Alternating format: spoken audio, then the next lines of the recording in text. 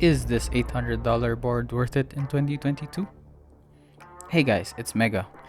Back to bring you another video today, right now. But first, if you like builds, sound tests of premium custom keyboards, please like and subscribe. If you don't, then dislike and subscribe, or be cursed to use only one switch for the rest of your life.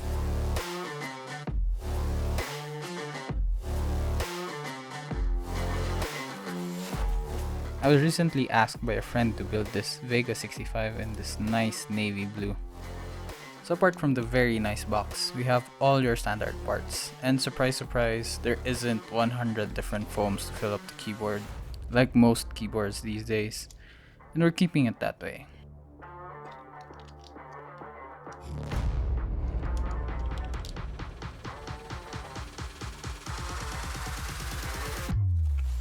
Yes, the biggest design signature of the Vega is both the PCB and the mounting style. The PCB has this one flex cut which helps make the board flexy.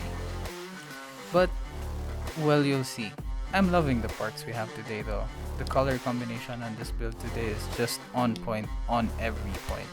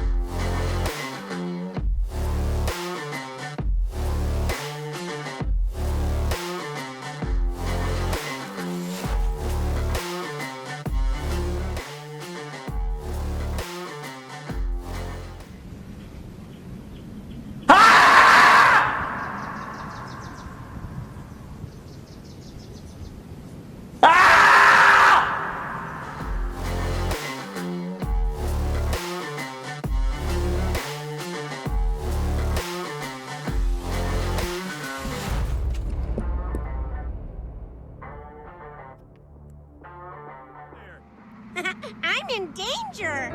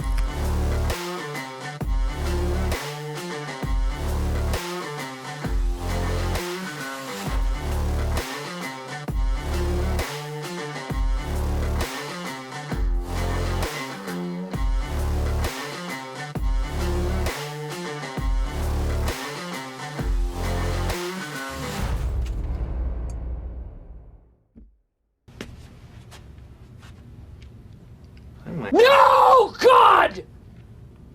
No, God, please, no! No! No! No! I did make a stupid mistake here, and that was not reading the instructions.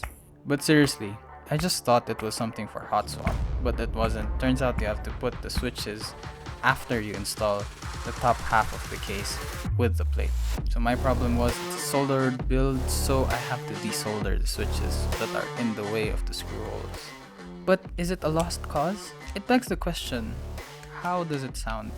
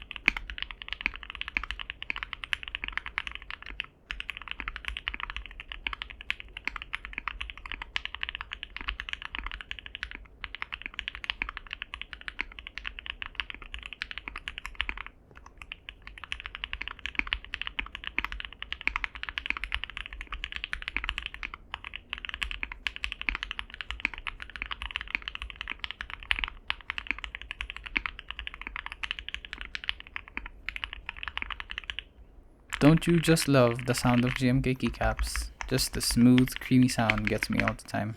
So, will the Vega fit into 2022's keyboards?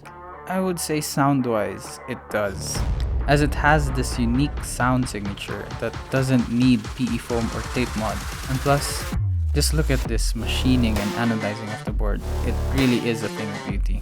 It definitely holds its own in 2022 standards. But what do you guys think?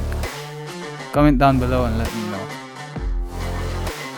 Anyway, see you guys in the next one. Thanks for watching.